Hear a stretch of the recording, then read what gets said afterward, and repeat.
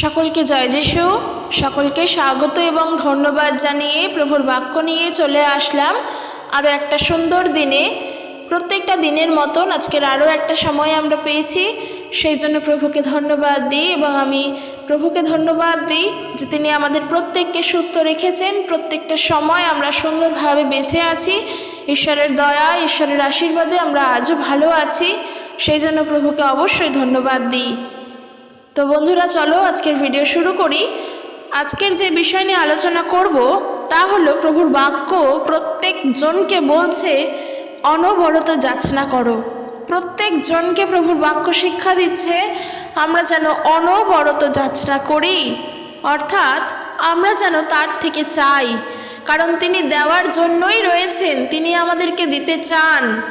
কিন্তু আমরা যদি নিজের থেকে না চাই তাহলে আমরা কি করে পাবো? তো সেই জন্য ঈশ্বরের বাক্য বলে অনবরত যাচনা করো।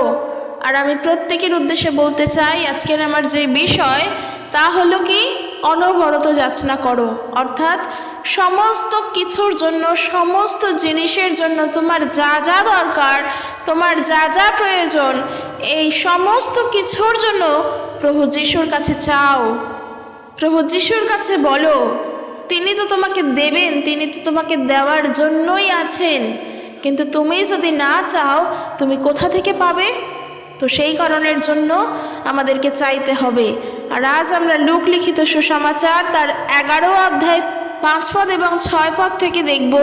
এখানে প্রভু অনবরত যাচনার বিষয় কি বলেছেন, তিনি কিভাবে আমাদেরকে যাচনা করতে বলছেন, এই সমস্তটা রয়েছে। তাই আমরা আগে দেখব প্রভুর বাক্য, তারপর আমরা শিখব। লূক তার 11 অধ্যায় 5 পদ এবং 6 পদ থেকে বলছে, এরপর যিশু তাদের বললেন, ধরো তোমাদের কারোর একজন বন্ধু আছে, আর সে মাঝরাতে তার কাছে গিয়ে বলল, বন্ধু, আমায় খানতেনেক রুটি ধার দাও, কারণ আমার এক বন্ধু যাত্রাপথে এইমাত্র আমার ঘরে এসেছে, তাকে খেতে দেওয়ার মতো আমার কাছে কিছুই নেই। সেই লোক যদি ঘরের ভেতর থেকে উত্তর দেয় যে দেখো এখন মাঝরাত, এখন আমাকে বিরক্ত করো না, এখন দরজা বন্ধ আছে, আমি আমার ছেলে মেয়েদের নিয়ে শুয়ে পড়েছি, আমি এখন তোমাকে কিছু দেওয়ার জন্য উঠতে পারবো না। 8 পদে বলছে, আমি তোমাদের বলছি, সে যদি বন্ধু হিসেবে উঠে তাকে কিছু খেতে না দেয়, তবে লোকটি বারবার করে অনুরোধ করছে বলে সে উঠবে আর তার যা দরকার সে তা দেবে। হয়তো এখানে কিছু বুঝতে পারলেন। আমি বলতে চাইছি প্রভু যিশু তার শিষ্যদেরকে একটি উদাহরণ দিয়ে বলছেন যে তোমাদের মধ্যে ধরো তোমাদের একজন বন্ধু আছে, আর সেই বন্ধু মাঝরাতের বেলা তার কোনো বন্ধুর বাড়িতে গিয়ে খানতেনেক রুটি চাইছে, অর্থাৎ কিছু খাবার চাইছে। হতেই পারে তার কোনো অসুবিধায় পড়ে গিয়েছে, সে হয়তো দুস্থ, সে হয়তো গরিব। তো সেই কারণের জন্য সে তার বন্ধুর বাড়িতে গিয়ে রাতের বেলা কিছু খাবার চাইছে। এবার যেহেতু রাতের বেলা, তো সেই বন্ধু কিন্তু বলতেই পারে যে আমি এখন তোমাকে কিছু খাবার দিতে পারবো না, তুমি এখন চলে যাও, এখন রাত হয়ে গিয়েছে, আমরা সবাই শুয়ে পড়েছি। কিন্তু প্রভু যিশু বলছেন যে দেখো, যে বন্ধু খাবার চাইতে গেছে সে খাবারটা পেলেও পেতে পারে, কিন্তু কি কারণের জন্য পাবে? সে তার বন্ধু বলে তাকে দেবে না, সেটা বলছে না যে ওর বন্ধু বলে ওকে দেবে, সেটা নয়। সে বারবার করে অনুরোধ করছে বলে তারা উঠে এসে এক প্রকারের বাধ্য হয়ে তাদেরকে সেই খাবারটা দেবে। এই একই রকমের দৃষ্টান্ত আমরা আরও একটি জায়গায় দেখতে পাই, লূক লিখিত সুসমাচার তার 18 অধ্যায়। সেখানেও সেই একই রকমের দৃষ্টান্ত প্রভু দিয়েছেন। এক বিধবা মহিলা, তিনি বারবার এসেছিলেন সেই বিচারকের কাছে যিনি ঈশ্বরকে ভয় করতেন না, যিনি মানুষকে ভয় করতেন না। কিন্তু সেই বিধবা মহিলা, তিনি তার সত্য বিচার এবং ন্যায় বিচার পাওয়ার জন্যই কিন্তু সেই বিচারকের কাছে এসেছিলেন। আর দেখো, শেষ পর্যন্ত সেই বিচারক তিনি ভাবলেন যে উনি বারবার আমার কাছে আসছেন, আমাকে বাধ্য হয়ে তার ন্যায় বিচার পাইয়ে দিতেই হবে, কারণ সে বারবার এসে তাকে বিরক্ত করছে। আর এই একই কথা আমরা লূক তার 11 অধ্যায় যখন পড়লাম, আমরা সেখানেও দেখলাম প্রভু যিশু একটি বন্ধুদের দৃষ্টান্ত দিয়ে বললেন যে সেই বন্ধু তাকে খাবার দিল, সেই বন্ধু তাকে রুটি দিল, সেই মাঝরাতে উঠেই তাকে খাবারটা দিল। কিন্তু কেন দিল?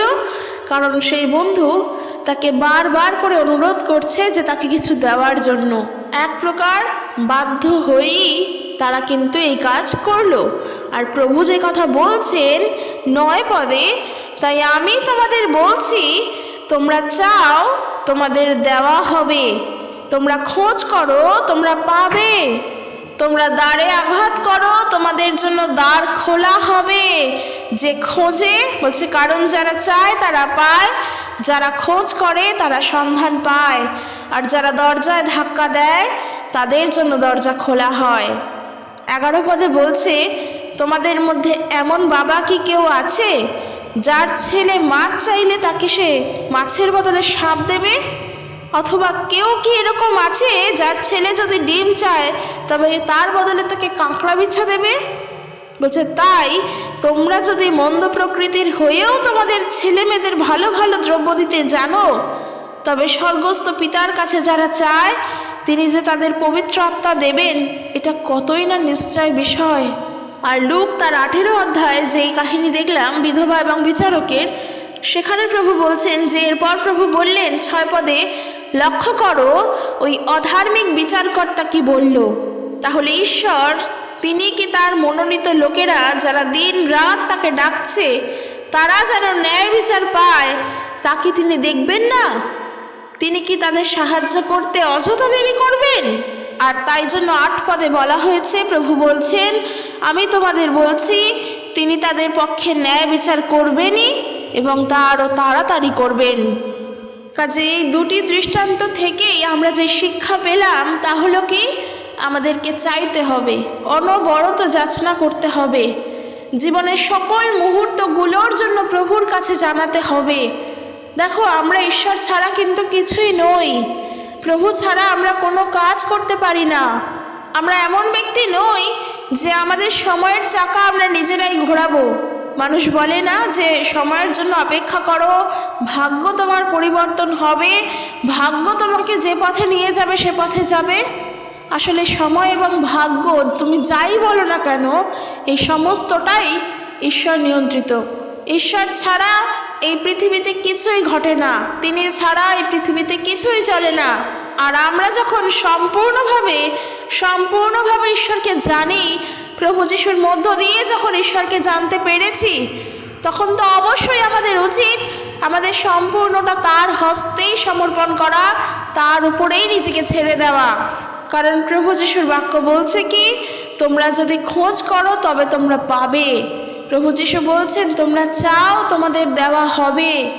প্রভুর বাক্যের উপরে নির্ভর করো না, তিনি তো হলেন বাক্য, যেই বাক্য দ্বারা এই সমস্ত পৃথিবী সৃষ্টি, এই জগৎ সৃষ্টি, যেই বাক্যের দ্বারা আকাশ বাতাস গাছ আলো ফুল ফল সব কিছু সৃষ্টি, ঈশ্বরের সেই বাক্য হলেন তিনি। আর সেই বাক্যের উপরে নির্ভর করো। বাক্যেতে নির্ভর করা মানে প্রভু যিশুর উপরে নির্ভর করা। কোনো কাজের ক্ষেত্রে আমরা সহজেই ভেঙে পড়ি, কোনো কাজের করার আগেই আমরা হয়তো নিজেদের দিক থেকে নিজেরা হারিয়ে যাই। কিন্তু প্রার্থনা করো, তোমরা প্রভুর কাছে প্রার্থনা করে সকল কার্যের প্রতি এগোও, প্রার্থনা করে চলো। তিনি কি বলতে চান তা শোনার চেষ্টা করো। আমি প্রত্যেক বিশ্বাসী ভাই বোনদের উদ্দেশ্যে বলছি, বাক্য যেমন বলছে অনবরত যাচনা করো, আমিও বলবো তোমরা অনবরত যাচনা করো। যা যা চাওয়ার তা প্রভুর কাছে চাও, কারণ সেই পথ আমাদের জন্য খোলা আছে, ঈশ্বর আমাদেরকে দেবেন। কখনো কোনো সময়ের জন্য যেন আমরা হতাশ না হই, আর আমরা হতাশ হয়ে পড়লেও আমরা যেন প্রার্থনা করা থেকে সরে না যাই। আমি এখানে বলতে চাই, আমাদের মধ্যে হয়তো আমরা অনেকেই বিশ্বাসীরা রয়েছি যারা হয়তো বিশ্বাসের দিক থেকে দুর্বল এবং প্রার্থনার দিক থেকে দুর্বল হওয়ার কারণে আমরা বিভিন্নভাবে দিয়াবলের ফাঁদের মধ্যে পড়ে যাই। আমরা বলবো না যে পরীক্ষা আসে না, অবশ্যই আসে, আর আসতে হবে পরীক্ষা। আর হয়তো আমরা বিশ্বাসে স্ট্রং হওয়ার পরেও আমরা পড়ে যাই, দিয়াবল আমাদের জীবনে পরীক্ষা করে।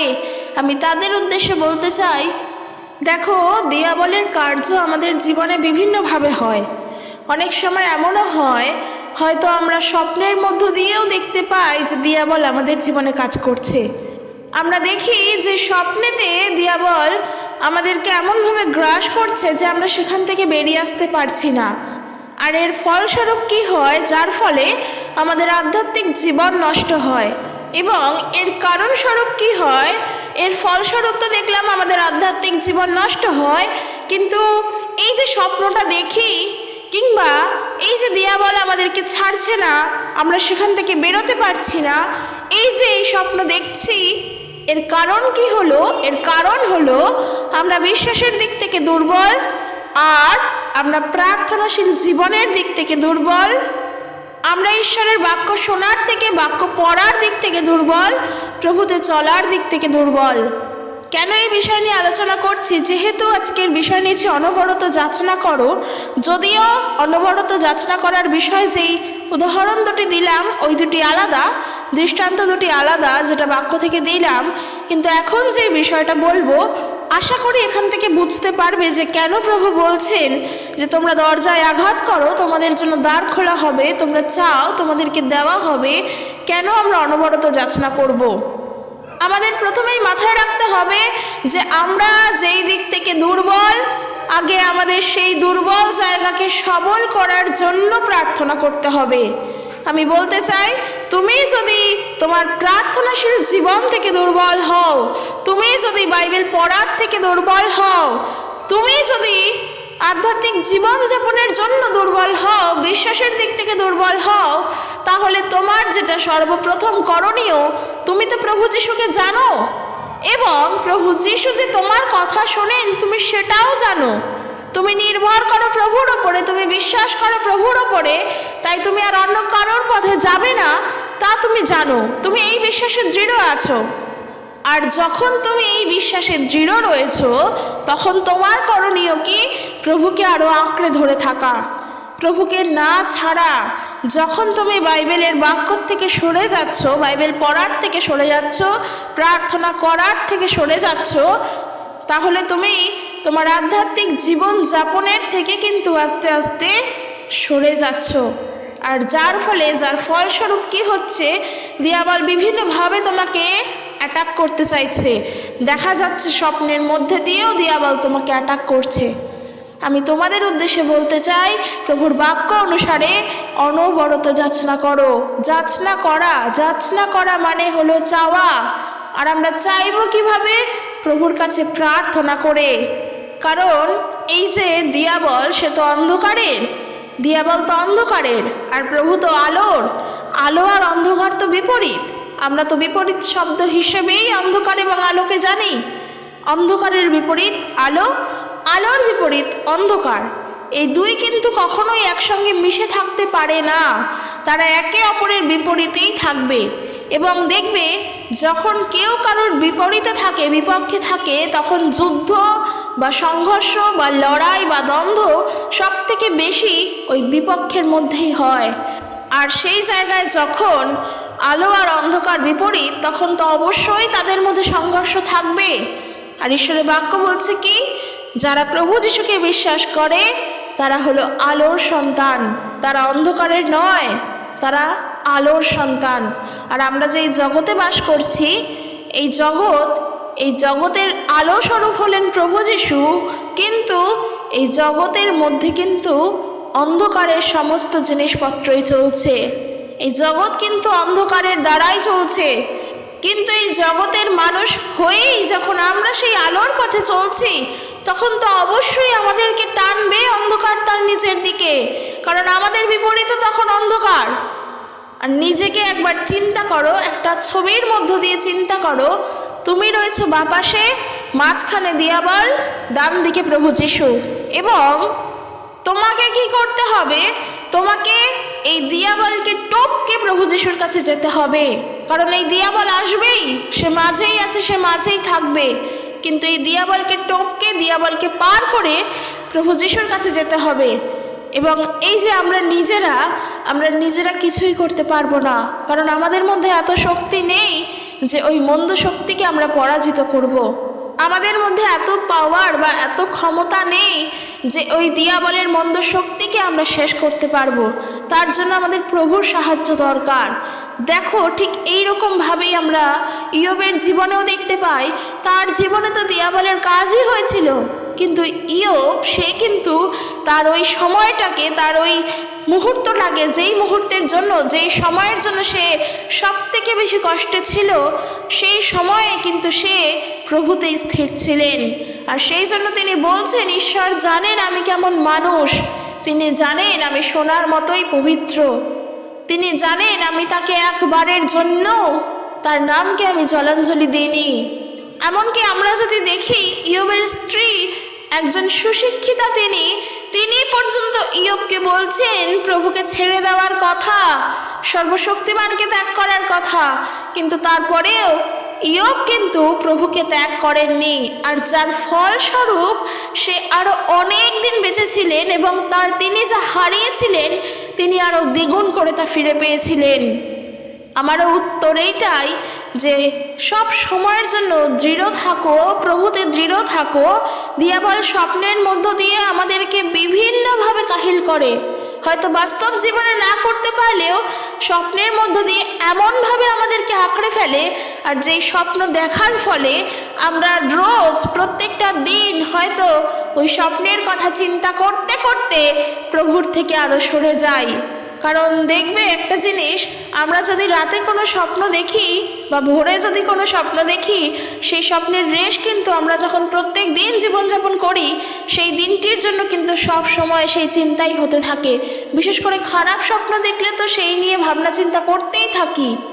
ঠিক একইভাবে দিয়াবলও আমাদের স্বপ্নের মধ্যে যদি কাজ করে, আমরা সেই নিয়েই চিন্তা করতে থাকি, সেই নিয়েই ভাবতে থাকি। আর আমি সেই জন্য প্রত্যেক বিশ্বাসের কাছে বলতে চাই, প্রভুর বাক্য অনুসারে অনবরত যাচনা করো, প্রভু যা চান তাই করার চেষ্টা করো। ঈশ্বর আমাদের থেকে কি চান তা বোঝার চেষ্টা করো, কারণ আমরা হলাম বিশ্বাসী, আমাদের সঙ্গে পবিত্র আত্মা আছেন। প্রত্যেকজন বিশ্বাসীর অনেক গুরুত্ব আছে। প্রত্যেকজন বিশ্বাসী, সে তুমি বাইবেল পড়তে পারো চাই না পারো, প্রার্থনা করতে পারো চাই না পারো, কারণ তুমি যখন বাপ্তিস্ম গ্রহণ করেছো, তুমি পিতা পুত্র পবিত্র আত্মার নামেতে বাপ্তিস্ম গ্রহণ করেছো।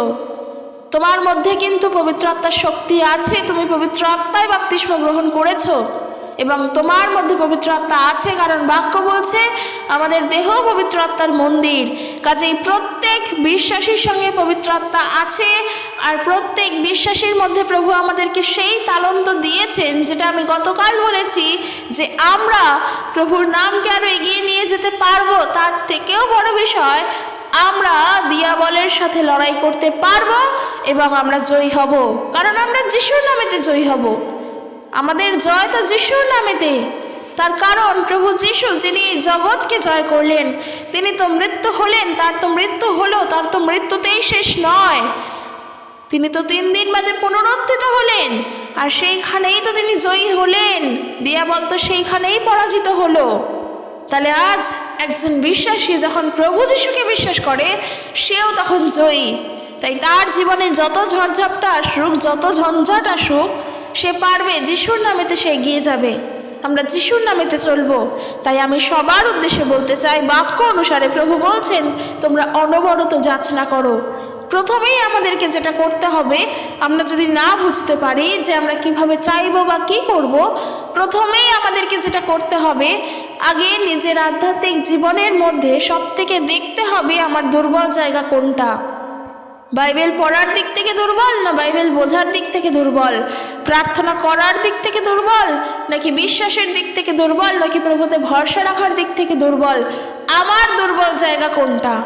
যদি নিজের দুর্বল জায়গা নিজে বুঝতে পারো, তখন তোমার জীবনটা প্রভুতে চলার জন্য আরও সহজ হবে, কারণ তখন তুমি সম্পূর্ণ তোমার সেই দুর্বল জায়গা প্রভুর হস্তে রাখবে, আর প্রভু তিনি তোমাকে সাহায্য করবেন। কারণ দিয়াবল চায় সব সময় আমাদের দুর্বল জায়গা কোনটা সেটাকে খুঁজে বার করতে, আর সে পেয়েও যায়, আর সে আমাদের দুর্বল স্থানেই সব থেকে বেশি আঘাত করে। হয়তো প্রভু যিশুতে আসার পরেও আমাদের দুর্বল স্থানেই সবথেকে আমরা বেশি আঘাতপ্রাপ্ত হচ্ছি। বারবার হয়তো আমরা বিপদে পড়ছি, বারবার আমরা হয়তো সেখান থেকে বেরোতে পারছি না, বারবার আমরা অসুখ বিসুখের মধ্যে পড়ছি, বারবার আমরা দিয়াবলের ফাঁদে পড়ে যাচ্ছি। আর আমাদের মধ্যে মনে হচ্ছে কি, প্রভু যিশুকে যখন জানতাম না তখনই ভালো ছিলাম, শুধুমাত্র প্রভুকে জানলাম, বাপ্তিস্ম গ্রহণ করলাম, তারপরের থেকে তো জীবন থেকে তো আর সেই সমস্যা আমাদের সরছেই না, কী করে আমরা মুক্ত হব? এই কথা কিন্তু হয়তো বারবার আমাদের মনে আসছে। তখন আমরা ভাবছি যে না, প্রভুতে চলে আমার লাভ নেই, প্রভুকে আমি ত্যাগ করব। ঠিক এই ধরনের ভাবনা চিন্তা যখনই আসছে, তখনই বুঝে নাও দিয়াবল তোমার মধ্য দিয়ে কাজ করছে। কারণ তুমি চিন্তা করছো প্রভুকে ত্যাগ করার, কিন্তু তোমার মধ্যে একবারও এই চিন্তা আসছে না যে থাক, যতই সমস্যা আসুক আমি যিশুর নামেতে জয়ী হব। কারণ প্রভু আমার সঙ্গে, তিনি আমার হাত যখন ছাড়েননি তখন আমিও তার হাতকে ছাড়ব না, তিনি আমার সঙ্গে। যদি এই চিন্তা একবারের জন্যও না আসে, তাহলে বলবো তোমার যেটা করণীয় সেটা প্রার্থনা করা। কারণ প্রার্থনা করা ছাড়া কোনো উত্তর আমরা পাবো না। প্রভুর সঙ্গে যোগাযোগ করার জন্য একটাই পথ, তা হলো প্রার্থনা করা, প্রভু যিশুর নামেতে প্রার্থনা করা, তার কাছে চাওয়া। প্রভু আমাদের সমস্ত চাহিদা পূর্ণ করেন, আমাদের যা যা দরকার সমস্তটা তিনি দেন।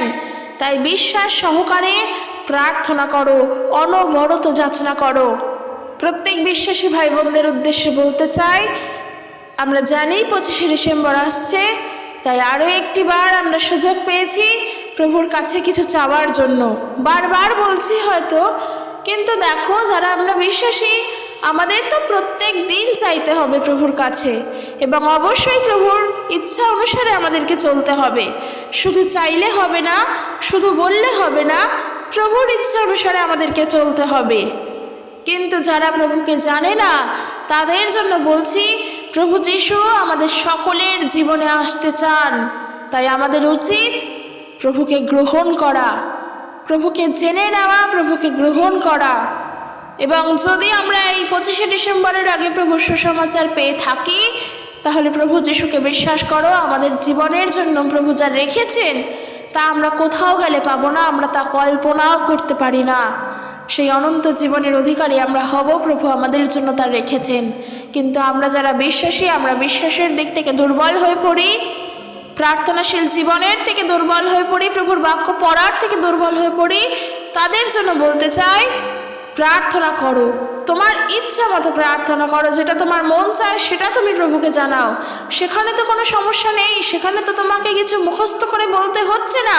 তুমি তোমার মনের কথা প্রভুর কাছে জ্ঞাত করছো, তুমি তো জানো কিভাবে প্রার্থনা করতে হয়। প্রভুকে ধন্যবাদ দিয়ে প্রার্থনা করতে হয়, নিজের ভুল স্বীকার করতে হয়, এবং যা চাহিদা তা প্রভুর কাছে জানাতে হয়, এবং সর্বশেষ প্রভু যিশুর নামেতে প্রার্থনা চাইতে হয়। আমরা তো জানি এই বিষয়গুলো, তাহলে কেন প্রার্থনা করছি না, কেন সময় দিচ্ছি না? চিন্তা করে, চিন্তার মধ্যে ডুবে থেকে, এবং আমি বাইবেল পড়তে পারি না এই কথাটা বলে বলেই আমরা সময় কাটাচ্ছি। কিন্তু যেই সময়গুলো আমরা বলে বলে সময় কাটাচ্ছি, ওই সময়গুলোই উচিত প্রভুর বাক্যর জন্য, এবং আমি যেন বাইবেল পড়তে পারি এবং যেন প্রার্থনাশীল জীবন যাপন করতে পারি, তার জন্য প্রার্থনা করা। ওই যে বললাম, যা চাহিদা সেই কথা প্রভুর কাছে জানাও। আমাদের কথা শোনার জন্য প্রভু যিশুই আছেন, ঈশ্বর আছেন, আমাদের কথা শুনবে। কারণ আমরা হয়তো মানুষের কাছে বললে মানুষ বিরক্ত হয়, মানুষ ধৈর্য হারিয়ে ফেলে, সেটা স্বাভাবিক। তাই আমরা মানুষের কাছে তো কোনো মতেই যাব না, কারণ তারা আমাদেরকে কোনো উত্তর দিতে পারবে না। আমরা প্রার্থনা করব, প্রভু আমাদের উত্তর দেবেন। কারণ আমাদের জীবনের জন্য যা দরকার তা ঈশ্বর জানেন। কখন কি করব, কখন কি করব না, এই সমস্তটা প্রভুরই জানা। তাই প্রভুর কাছে চাও, যাচনা করো, তার কাছে নিজের মনের কথা বলো, সকল সমস্যার কথা আগে প্রভুর কাছে বলো, সলিউশন তিনি করবেন। সকল প্রবলেম, হাজার প্রবলেম, একটাই যদি সলিউশন হয় তা হলো প্রার্থনা করা। কার কাছে? প্রভু যিশুর কাছে প্রার্থনা করা, উত্তর তিনি দেবেন। বিশ্বাস সহকারে প্রার্থনা করো। তাই আমাদের মধ্যে অনেকের অনেক সমস্যা আমরা জানি, বিভিন্ন সমস্যায় আমরা জর্জরিত হয়ে থাকি, সেখান থেকে বেরিয়ে আসতে পারি না, কিভাবে বেরোবো বুঝতে পারি না, অনেক চিন্তার মধ্যে থাকি। আর যার ফলে আমরা হয়তো মানুষের উপরে নির্ভর হয়ে পড়ি সব থেকে বেশি। কিন্তু প্রভুর বাক্য বলছে, তোমাদের যা প্রয়োজন প্রভুর কাছে জানাও, ঈশ্বরের কাছে চাও, অনবরত যাচনা করো। কারণ এই জন্য প্রভু বলছেন, তোমরা মন্দ হয়েও তোমাদের সন্তানকে যদি তোমরা উত্তম দ্রব্যই দান করো, সেই জায়গায় তোমরা স্বর্গস্থ পিতার কাছে চাইলে তিনি যে তোমাদেরকে পবিত্র আত্মা দেবেন, এটা কত না নিশ্চয় বিষয় যে নিশ্চিত তিনি দেবেনই দেবেন। কারণ তিনি তো পবিত্র, তিনি তো তার আত্মা, পবিত্র আত্মাই আমাদেরকে দেবেন। তো সেই কারণের জন্য প্রার্থনা করো, যা দরকার প্রভুর কাছে বলো।